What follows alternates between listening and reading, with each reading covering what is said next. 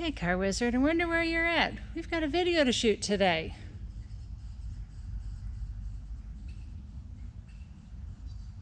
Oh wait, I think I hear him.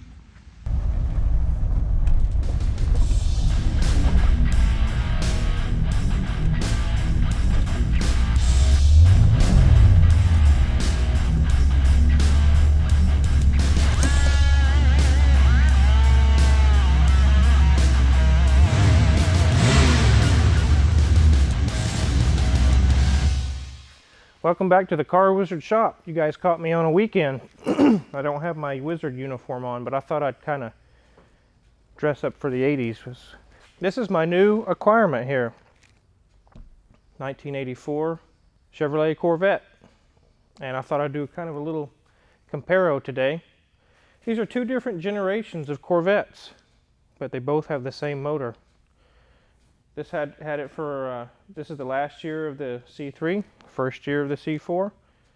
Crossfire, crossfire. So, let's get started. Let's go over some of the similarities, some of the differences. Then we're going to put this one on the lift and check it over and see just how good of a car did I really get. So, let's get started.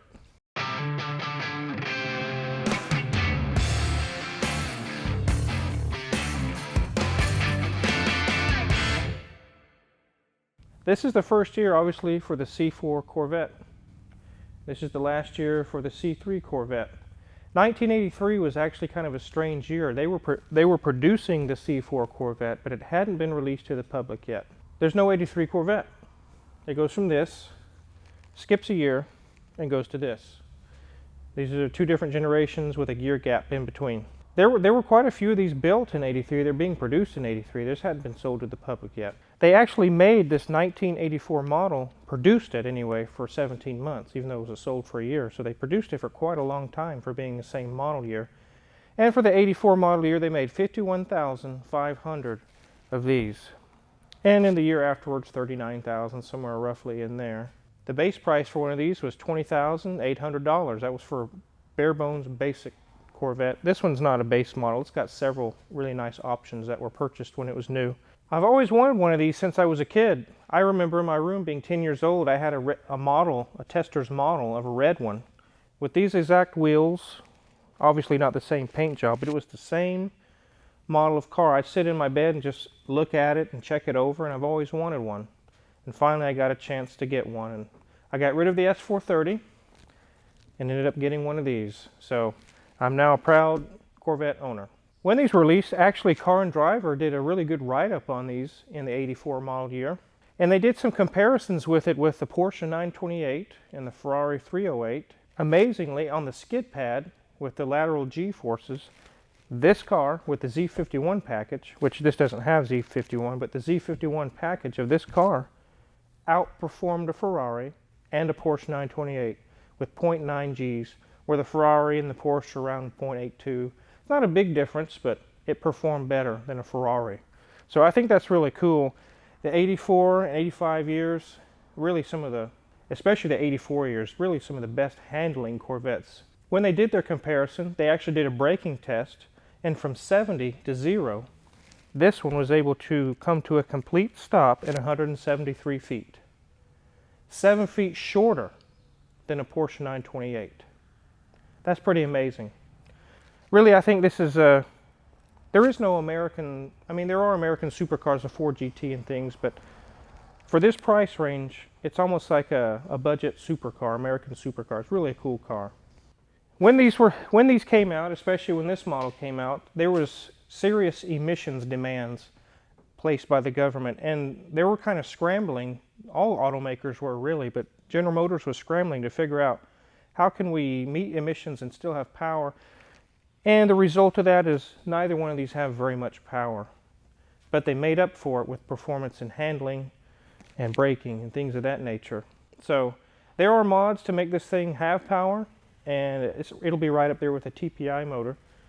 But stock, they really don't have a whole lot of power. They have a lot of torque, down low torque, but horsepower, 205 is not a whole lot. Let's open the hoods on these and do some comparisons here.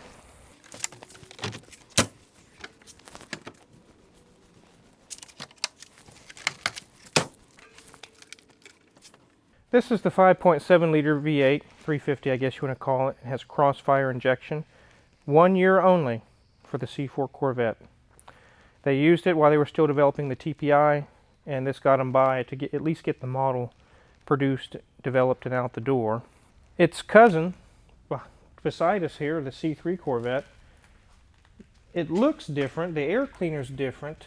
A lot of things look different, but in reality, these motors are just pretty much identical. Down when you get to the core pieces, the same intake, the same injectors, the same AC compressor, the same engine block, the same HEI distributor. They both have the same, basically the same motor. This one has the intake on it. It's just kind of off to the side. But on the C4, the air cleaner is made out of magnesium, and it actually has these little ports that match up to the hood, and the hood has ductwork in it that goes down to that hole down there for better breathing. One of the crazy things the GM engineers didn't do is put a hole right here to match that. And that's what I will be doing. That'll be one of my mods that I do to this car. It's worth probably a couple horsepower. It gets true, fresh, cold air in, and not hot air being sucked in. The engines are pretty much where the similarities end in these cars. I just got in and out of this C3, and it was twice as hard to get in and out of as this C4. When I was thinking about buying this car, some of my friends, including Hoovy, were like, "You're kind of a big guy. You're going to have trouble getting in and out." I've had no trouble at all. And a lot of people have said on these early C4s that they ride horrible. Like, there's comments that you could pass a kidney stone while you're driving one of these. I haven't experienced that. Maybe because I don't have the Z51 suspension package, but it really rides pretty good. Very good, in fact. So, as we move past the engine, we get to the transmission, and that's also where the similarities end. In this model, the 82 model year, you could get a 700R4 automatic, or you could get a 700R4 automatic, or a 700R4 automatic. That's it. That's your only option, no other option. On this one, you could get the 700R4 automatic or the Doug Nash 4+3 manual transmission, which is what this one has, and it works. So we're going to put it on the lift, and I'll show when we get it up there, I'll show you some of the cool, how it looks and how the system works, and we'll just give this car a look over, check it over. So let's go ahead and do that.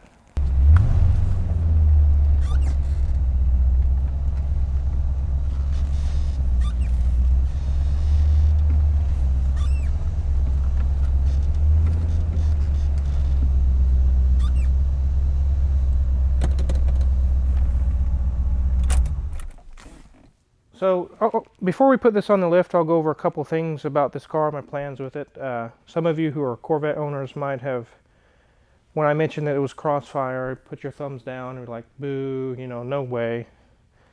But the truth of the matter is, if you put a Renegade intake on these, 1.6 roller rockers, do the couple of mods, a free-flowing exhaust, adjust the timing where it should be, just a few mods like that, you're at the power level of a TPI. Yeah, is that a bad thing? I don't know. These are very reliable engines, and the power can be brought back. Because of emissions, they were really choked. Let's get it up on the lift, and let's take a look at it from underneath. So here it is in all its glory. This is the Corvette up in the air. We're going to start at the front like we always do and work our way back, and I'll talk about some of the features of this thing and see what we see what I need to fix on this thing. I knew there'd be a few things I have to fix, but the body and interior and everything is in really good shape, and I can deal with the rest. So here's where the radiator and the condenser is. Scoop under the car, and this plate up here is where I talked about earlier, cutting a hole, and this will let fresh air straight up into the intake in the hood. And everything looks good there. What I would look for in the condenser is that it's got wet spots in it where it's got a leak, but it's dry. It's got bugs on it, that's about it. So let's continue on over here. Looks pretty greasy, like they've over greased everything. Here you can see a fiberglass leaf spring. It runs the entire length over to the other side, almost like an old Model A or a Model T Ford or something. It's kind of weird, but it works really good.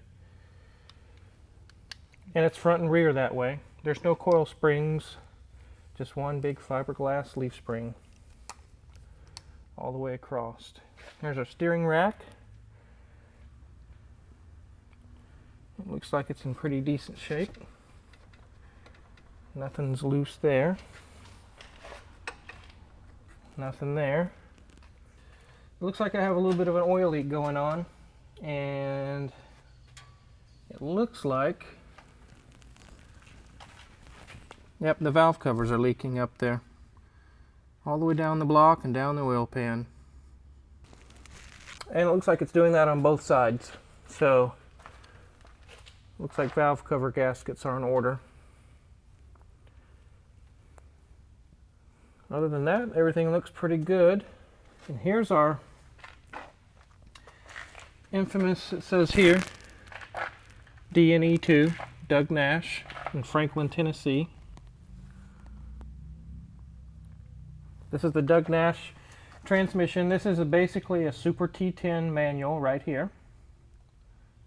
And then on the back of that, they have bolted a little baby automatic transmission. It has 2 gears. 1-to-1 ratio and overdrive. That's it. It's electrically controlled.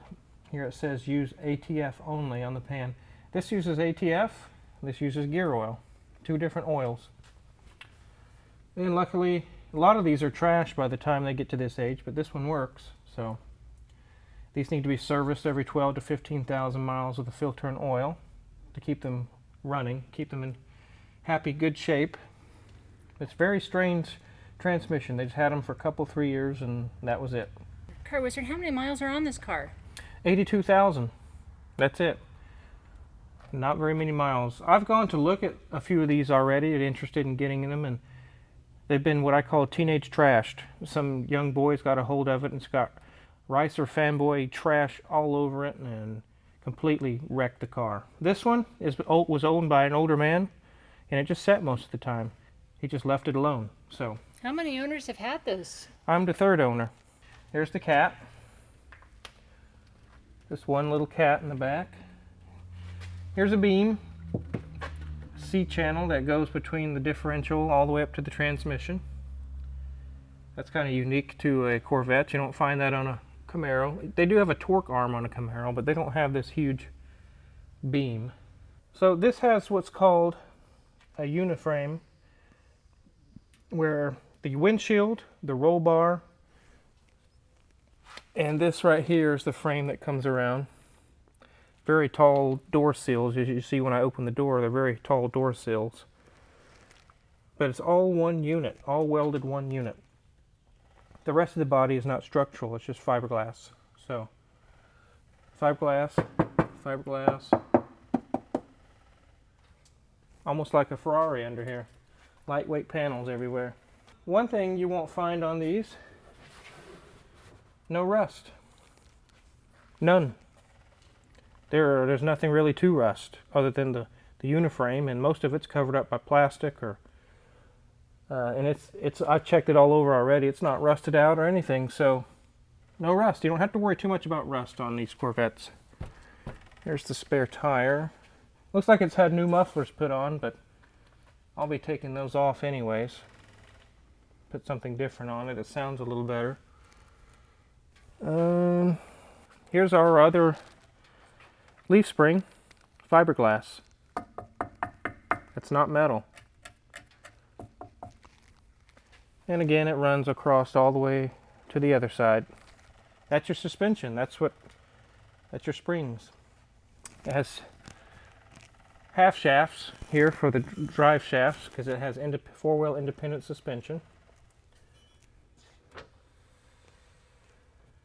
And four-wheel disc brakes. I haven't really seen a whole lot wrong under here. I'm really impressed. There's a couple of oil leaks, little things here or there, but once I get that taken care of, I'm done underneath here. I'm really, really pleased. So let's put it back down on the ground and take a look at the interior.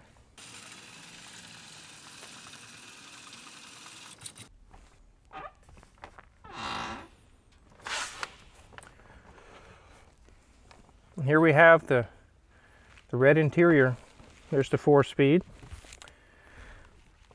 Here's the overdrive switch. The dash lights up and everything looks pretty decent. This is the first year for the LCD display. It's real colorful green and different colors. There's some sections over here that are dimmer than others. I'll probably end up rebuilding it myself and make it like new again. Really, it's really totally 80s. It looks like an Atari video game or something. There we go. As you can see, it's dim over here. It still lights up, but it could be brighter.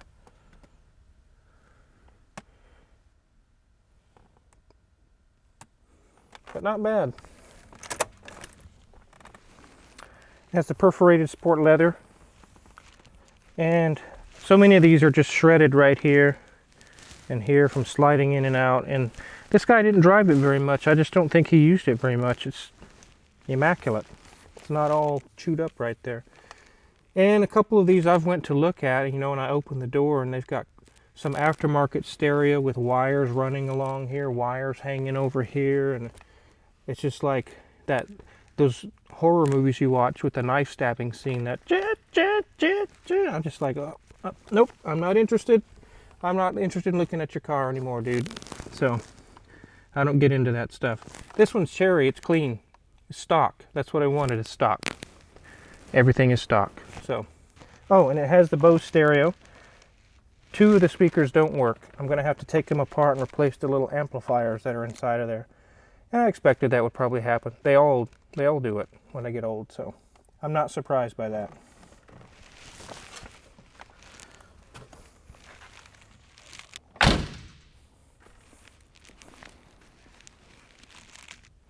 So now you've seen the new Wizard Mobile, the old '84 Corvette. I'm very, very pleased with it. I'm very happy to have it. Thanks for tagging along with me and taking a look at it and checking it over. Again, like I said, I'm really impressed and in pretty good shape. So, if there's any tools in previous videos that you've seen that I use, check the Amazon affiliate page. There's a lot of my tools for sale. We have hoodies and t-shirts and decals and coffee mugs and things for sale. Click that link. And also, if you haven't already, click subscribe button and you can look forward to much more content that's about cool cars and about the life of the Wizard. So thanks for watching. It's time to peel out and listen to some Bon Jovi.